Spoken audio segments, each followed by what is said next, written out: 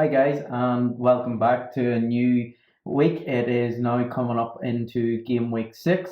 So we'll just review my journey, and my game week 5 team did really well. Ended up with 86 points, largely due to a Haaland captaincy. Sanchez and Nets got me 1 point, Alexander Arnold 2 points, Gonzalo with 12. That brilliant goal from outside the box, unbelievable. Then we have White. He actually got a clean sheet because he was taken off before the goal was scored against Arsenal, that Villa goal. So he got me a clean sheet, which was brilliant. He only played 64 minutes, but a clean sheet. And then Dunk, he ended up having a own goal, which meant I ended up getting -1 points from Dunk.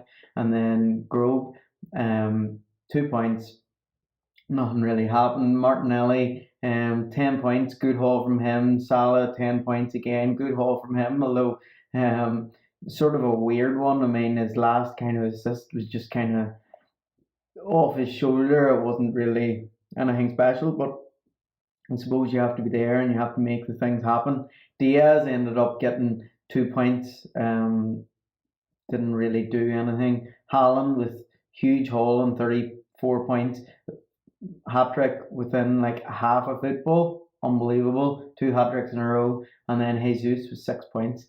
On my bench at De Silva. I decided to keep James. My transfers in was I went Nico Williams, Dunk, which obviously didn't play off, but I felt like Dunk was a better option, just because I felt that Forest will ship a lot of goals, and I was kind of proved right, that they were going to ship a lot of goals, so I didn't really want to play him, and I wasn't sure of De Silva's minutes, so I thought bring in Dunk. I thought he'll be a safe option, but unfortunately on the day he didn't do the business for me, and I think I would have been better getting in Estupinian or whatever his name is, but Brighton's new signing.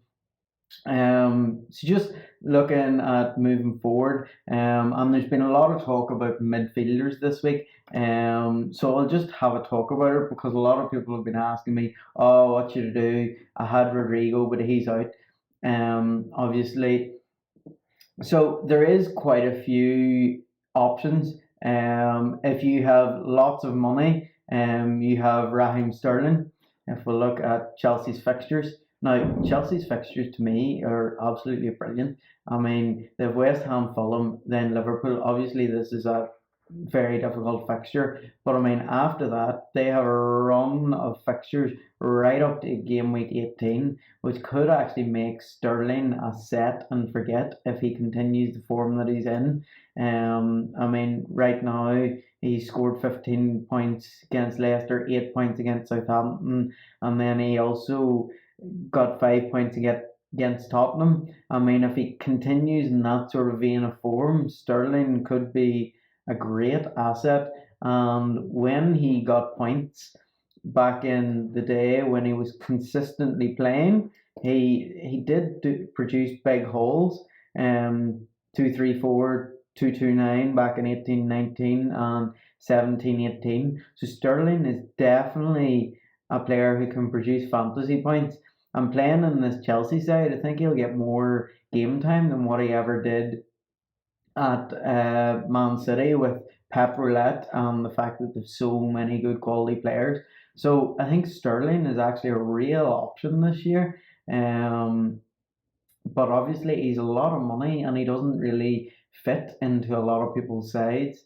Bernardo has done well in recent weeks, but I, I think he's a great pick. But again, I'm just afraid of Pep Roulette. You know, even having Haaland, the big question is, will Haaland play? And that's the question that's in your mind every single week.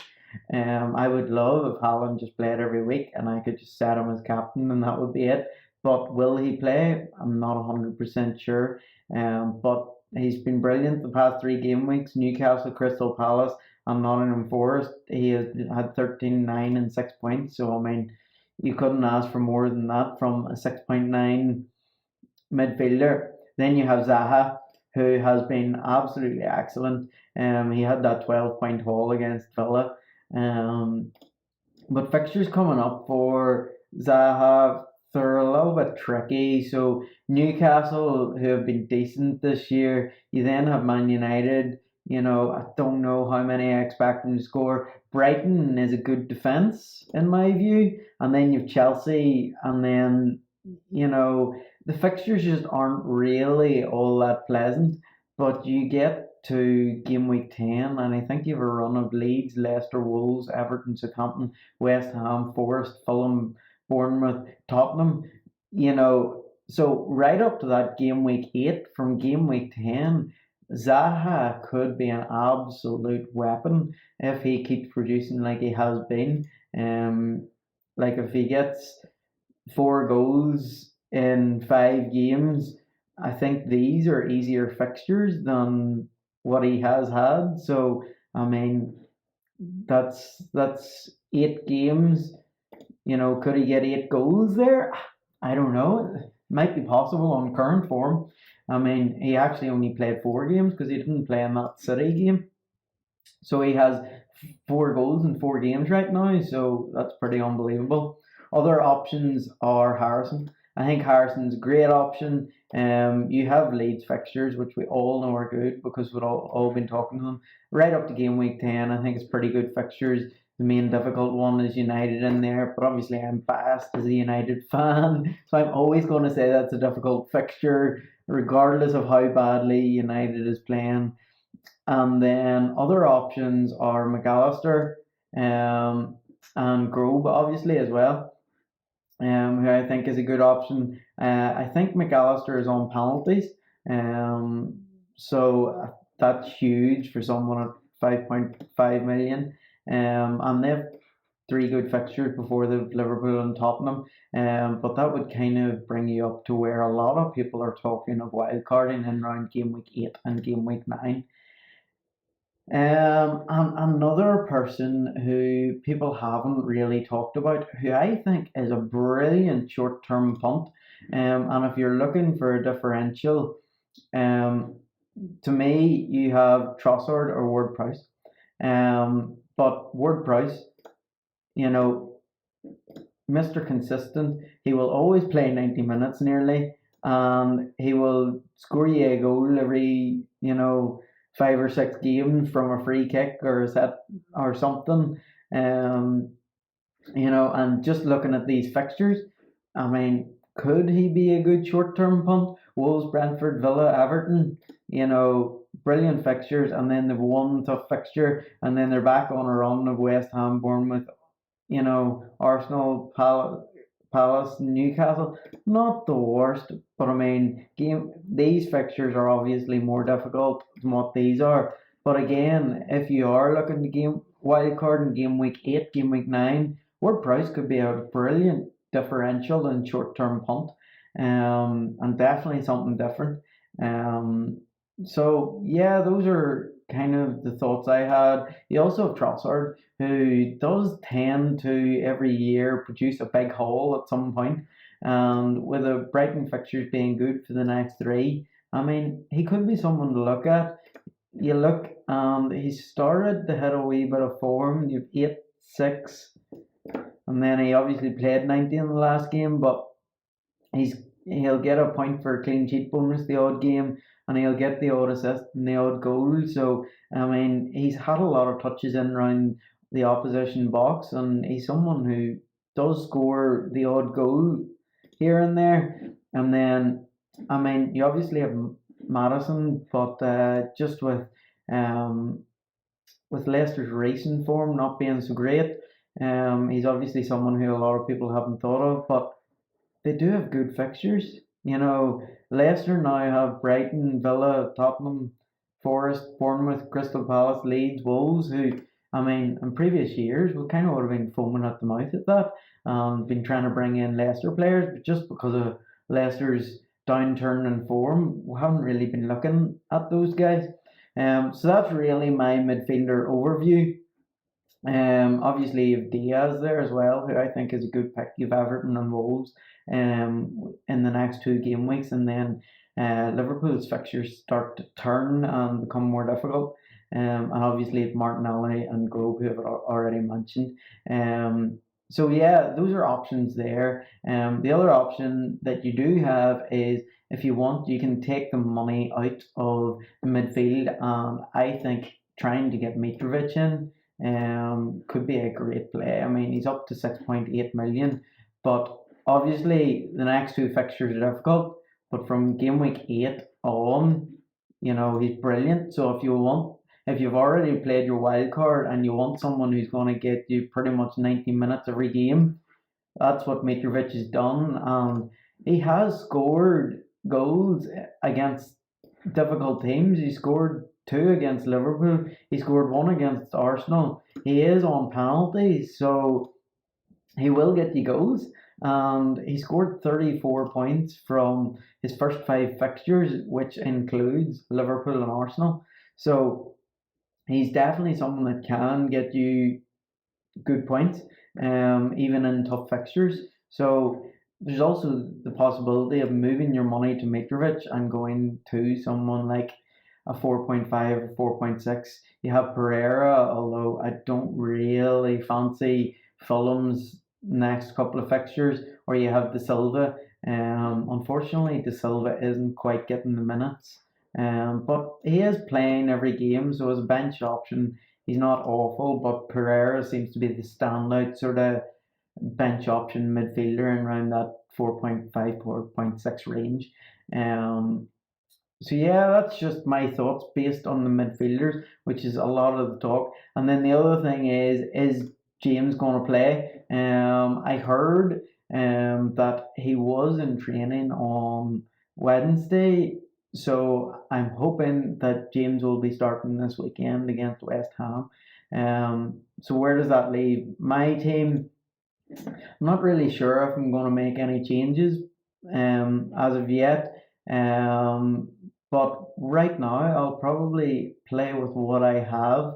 There is thoughts of, I had kind of half thought of maybe moving some Arsenal assets just before United, but with Everton and Brentford as the two after that, I feel like maybe it's just a waste of a transfer and just wait until their tougher fixtures come in at Tottenham game week 9, because then the 4 fixtures and only one fixture that you would target in and amongst that. Tottenham, Liverpool, Man City. I mean, Arsenal are a side that, if you've watched the Amazon documentary, you can kind of see that when they've good fixtures, they thrive, and whenever fixtures get difficult, they do struggle. So, in my view, I don't think that will necessarily change, and they just have had a good run of fixtures. So, not sure if I'm going to make any subs this week. I might try and roll the transfer so I can do more next week. My long term thoughts is I would love to get Mitrovic in. James is obviously a worry because he's still flagged, but I'm going to keep an eye on that and see if he's going to play. Other thoughts I have is on Cancelo. My worry is Cancelo is playing a more defensive role this year, but he has had 2 big holes already in that Bournemouth game and the Forest game. But I mean, the likelihood of him scoring in that Forest game, I mean, his XG probably wasn't that high because he just scored a banger from outside the box. Apart from that, he didn't really have any other chances that I had seen, although I did only see the match of the day highlights. But he seems that Cancelo is not quite as attacking this year. So, I mean, my thoughts are that I would actually, we'll go into the transfers here. My thoughts are that I would take Cancelo out, and that seems criminal, to be perfectly honest, but I would go down to Walker. And then if I go down to Walker, that would give me an extra 2.2 million, and the hope is that I would be able to go to Mitrovic in future. Now, unfortunately, I'd need an extra 0.2, but that is somewhere along the lines of the thinking. I would like to keep a Man City defender, but maybe just move Cancelo so that I can move the money elsewhere. But I mean, despite the fact that that's my thinking, Cancelo is still the top scoring defender in the game. So I don't want to take Cancelo out. And maybe it's crazy even thinking about it. So yeah, those are my thoughts. Other thoughts are around White. Do I go to Gabriel or Saliba? Maybe, but we will see. My thoughts around White at the start of the season was he plays pretty much every game. That was pretty much what I wanted. Someone who will play every game and just be a solid, steady points at low price bracket. And that's kind of what I was wanting, and that's kind of what he has done. Now, Salah came in and he's turned out to be great value. He's got 29 points, and I mean, he's currently 4.8 million. I presume he started at 4.5. So, in hindsight, I kind of wish I went for him. But at the end of the day, I mean, White is 22 points, so he's still done well and he's consistent in there. And I feel like Arteta really rates White, which is good as well. But for now, I'll probably stick with what I have, and probably try and see about rolling the transfer. But obviously, this will all change, variable on what team news we hear and press conferences and things like that. And the other big thing to talk about is Haaland. Do we captain Haaland? Do we captain Salah? Do we even look elsewhere for captaincy? I mean, for me, Haaland has been the best captain so far, but Pep did say when games come and he's playing every 3 days, will he play? If I just look at um, Man City's fixtures coming up,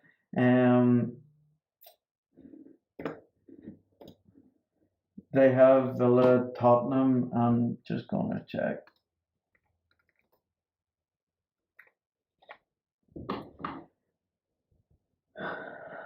They have Villa, Tottenham, but they have Sevilla on the 6th.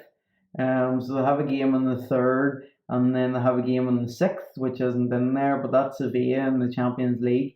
So the thoughts are this game is probably the most likely one that you would rest Haaland in. You would rest Haaland and Villa before the midweek game away to Sevilla. And then again, they have a game on the 14th against Dortmund. But are you going to rest them against Tottenham? Probably not, because that's a big game that might decide. The league. Obviously, every game kind of decides the league, but you kind of expect them to be able to beat Villa without Haaland.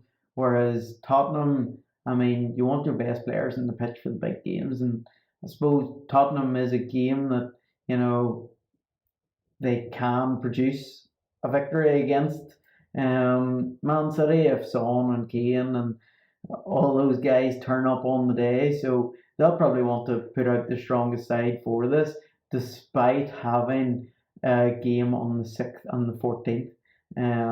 So that'll be my thinking behind he might get rested here. But part of my thoughts are, if I play him as captain, I just roll with it, hope for the best that he starts and he plays and he gets goals. If not, Salah comes in. The worry is he comes on for 2 minutes. You get 1 point, it gets doubled to 2 points. That kind of sucks.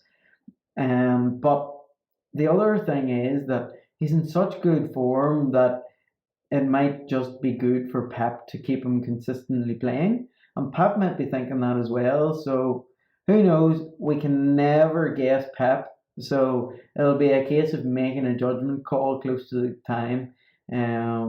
But honestly, with it as it is, I'm in a real toss up between just going for Salah or Haaland.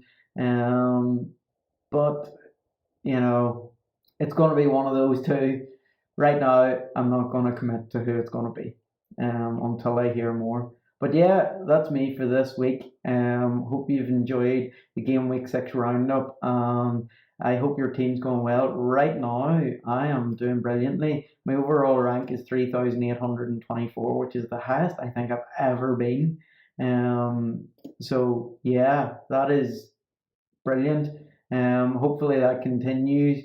And I am second in the Honour Till May Championship.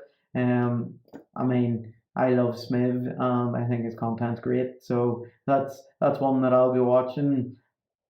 And in other mini leagues, a lot of them in first or in second, and some of the bigger ones I'm a bit further down.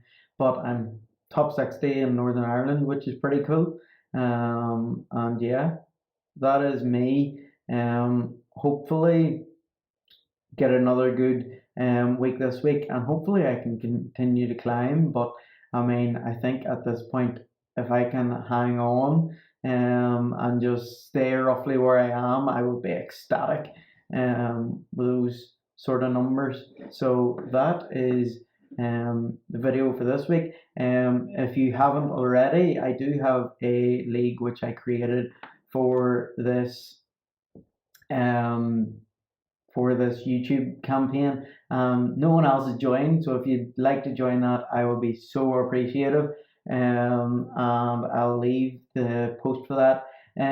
Leave your thoughts, what you're thinking, down in the comments. I'd love to hear your thoughts and your insights on what I've said and whether there's anything you'd do different. Until the next time, peace.